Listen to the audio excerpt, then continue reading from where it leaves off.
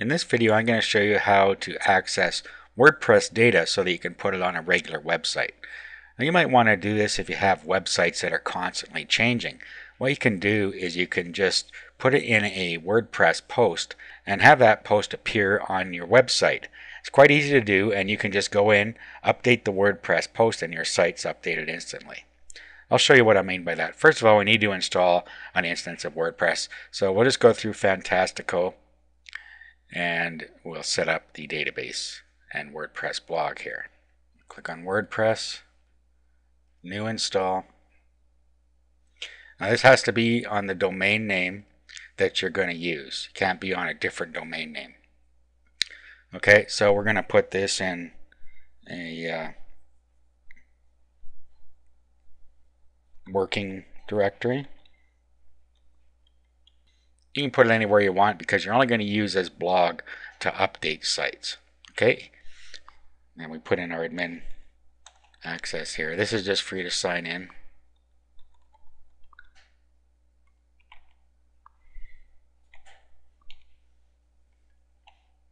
Okay, we don't care about the rest of this stuff. We'll install WordPress, finish the installation,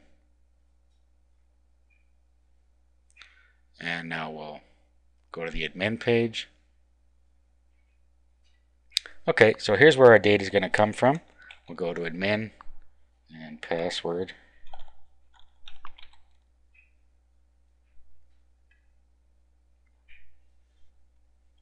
Go to posts.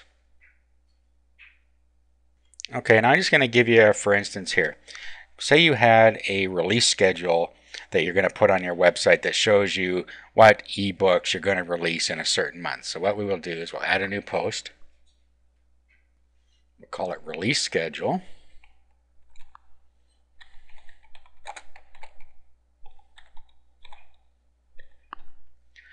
And then you put your release schedule and the content down here.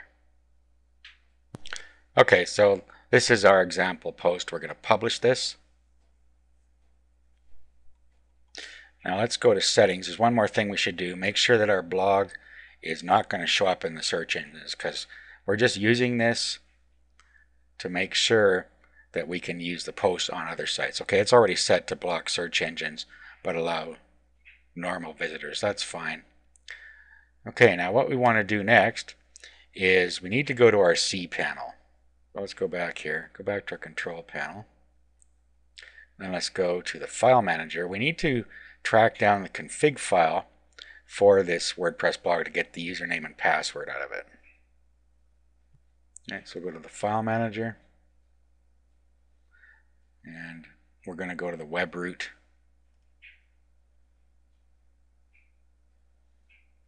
And we installed this in a directory called working, so we're going to go and find that. Roll down until we find working. Go inside. And what we're looking for is wp-config.php. Here it is here.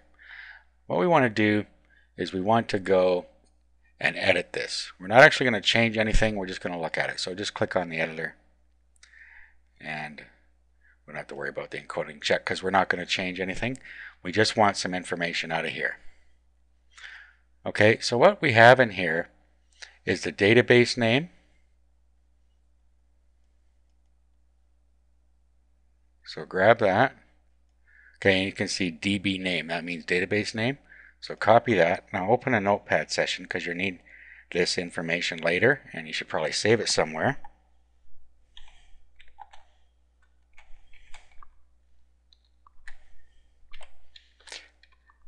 And then you want the username.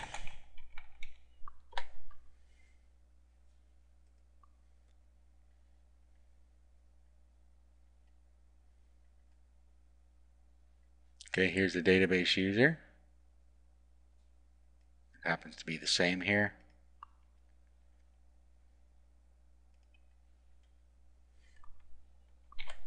And then the password. These are not the same as what you set up. This is the password to access the database. So here's the password. So grab that out of there. Paste it in here. Okay, you now have what you need to be able to access the database. So what I would do now is I would save this so that I have it ready for use anytime I need it when I want to quote one of my posts in a website. So let's save this, save it as DB info. All right, now the next thing we need to do is just insert some code into the web page we're going to create.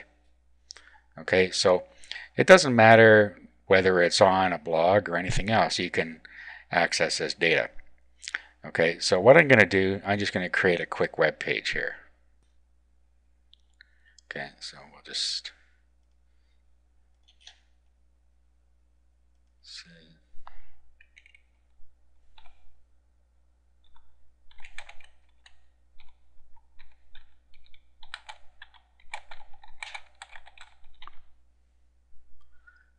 PLR product of the month.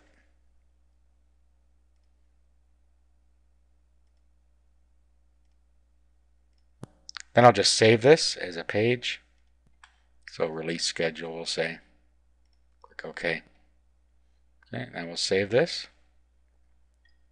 And that's it. Okay, now we need to rename this file. Right now it is named release schedule.html. That's how the file was saved.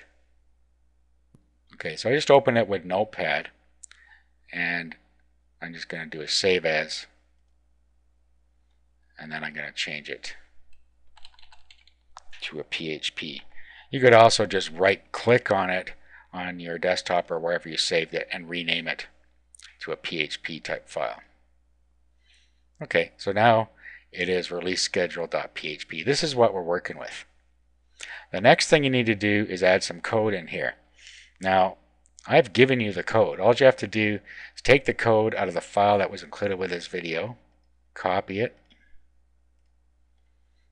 and then what we'll do is we'll paste it in here. Now there's only a couple things we need to do. First, we need to put the database and the username and the database password in this spot. Okay, so here's the database username. Well, database name and database username are the same in this case, so we can kill two birds with one stone here. First, let's change the username. So we'll paste this in here. Then we need to change the database name here. Paste that in there. Then we need to change the password.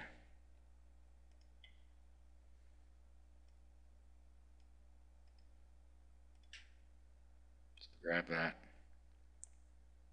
And then you put that in where it wants the password here.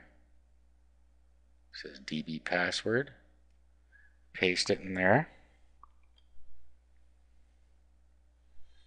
And the last thing is we need the name of the post. So it says where post title is, and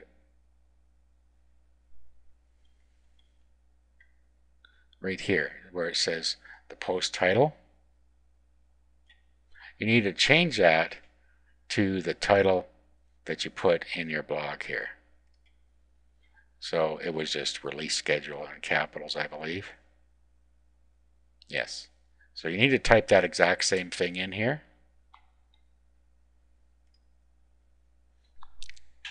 So release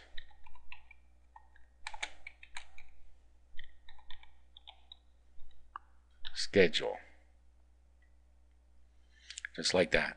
Okay, we'll save this. And all we have to do is upload this to the server and it will populate our site with that database information. So let's upload that. Just open up FileZilla. And we need to connect to the same server that our blog is on, but we don't have to put it in the same folder.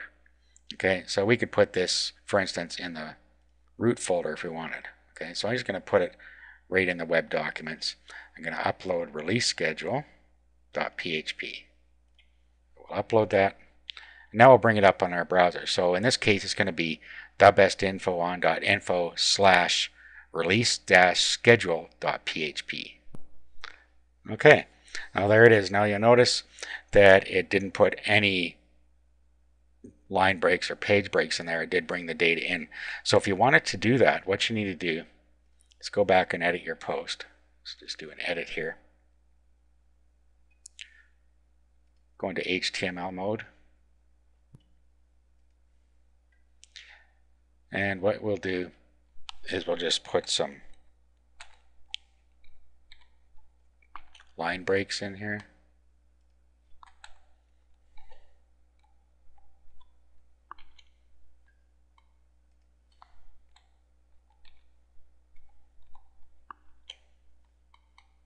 Like so. Update. Let's refresh this now. And there you go. So you need to make sure you just put the line breaks in there like I showed you, and everything will work fine. So that's how you can use a WordPress database to populate a regular web page.